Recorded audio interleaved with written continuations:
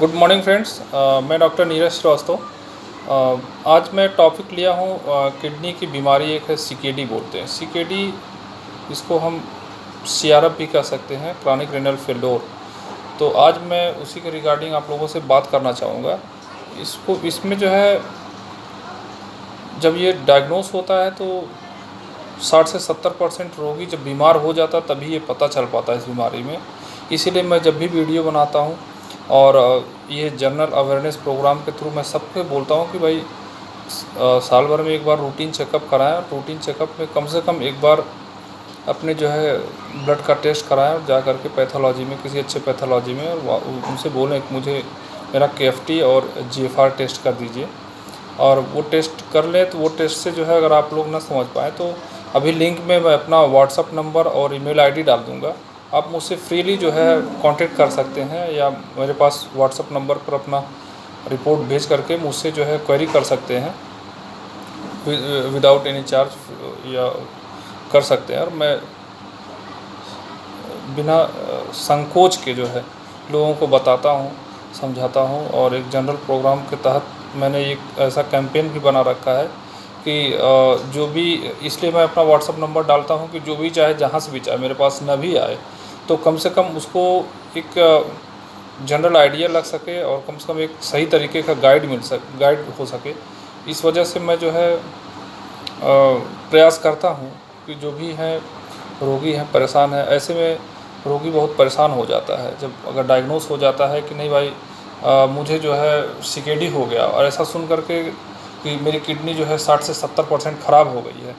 ऐसे में कोई भी होता है, जो एक जनरल आदमी होता है, वो सोचता है कि अब तो भाई जीवन जो है समाप्त हो गया। लेकिन ऐसा नहीं है, जीवन समाप्त नहीं है।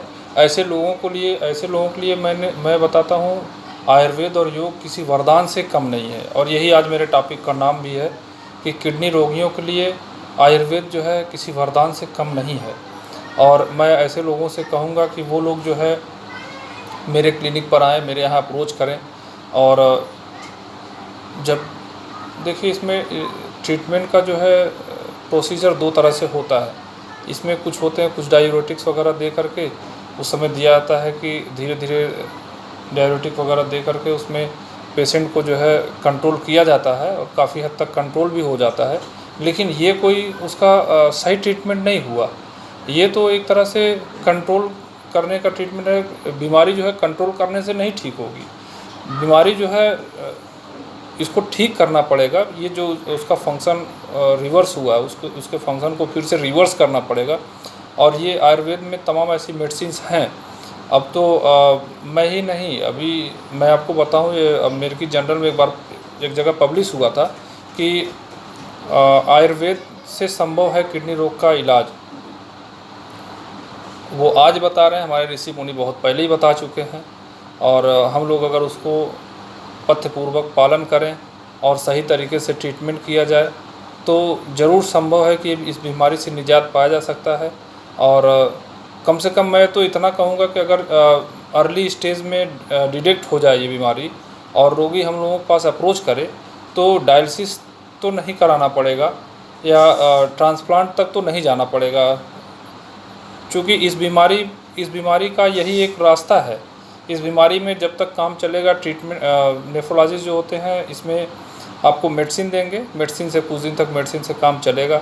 जब तक आप मेडिसिन से कंट्रोल में है आपकी बीमारी, तब तक मेडिसिन से कंट्रोल करेंगे। नहीं कंट्रोल होगा तो फिर इसके कॉम्प्लिकेशन बॉडी में होते रहेंगे उस ट्रीटमेंट के। उनका कुछ, चूँकि वो कोई ट्रीटमेंट नहीं है, वो कंट्रोल करने के लिए एक मेडिसिन देते हैं। सिम्टम आपके परसिस्ट नहीं होते, बीमारी कंट्रोल में रहती है, तो उसके कॉम्प्लिकेशन होते रहते हैं आपके बॉडी में। धीरे धीरे जब किडनी और ख़राब होता है, 60 से 70, 70 से 80, 80 से 90, और इस तरह से थर्ड से फोर्थ से फिफ्थ स्टेज में जाता है, तो जब फिर वो डायलिसिस के लिए बोलते हैं, कब डायलिसिस कराना पड़ेगा, मेडिसिन से काम नहीं चल रहा है तो फिर डायलिसिस कराना पड़ेगा। डायलिसिस करने के बाद फिर कुछ दिन तक डायलिसिस से काम नहीं चलेगा, फिर ट्रांसप्लांट कराना पड़ेगा। यही इसका एक रास्ता है।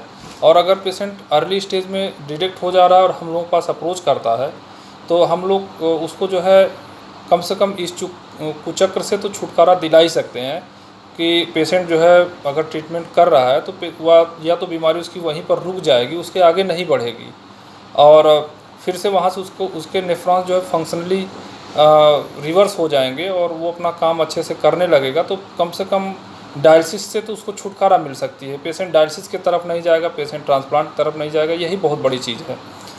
नहीं तो डायलिसिस और ट्रांसप्लांट जब होने लगता है पेशेंट का, तो उस समय पेशेंट का जो है सब कुछ समझिए दांव पे लग जाता है। एक अब बड़े मुश्किल से किसी का जो है वो कैसे कैसे करके एक डोनर को अरेंज करता है, फिर उसमें काफ़ी पैसा वगैरह भी लगता है, और फिर इसके बाद करने के बाद भी कोई श्योरिटी नहीं है कि उसका जो है ट्रांसप्लांट हो जाए तो फिर से वो सही हो जाएगा। हो भी सकता है, नहीं भी हो सकता है, उसमें कुछ भी हो सकता है। मैं उसके आगे की चीज़ों के बारे में नहीं बात करना चाहता हूँ, और कुछ भी हो सकता है, लेकिन ऐसा नौबत ही क्यों आए।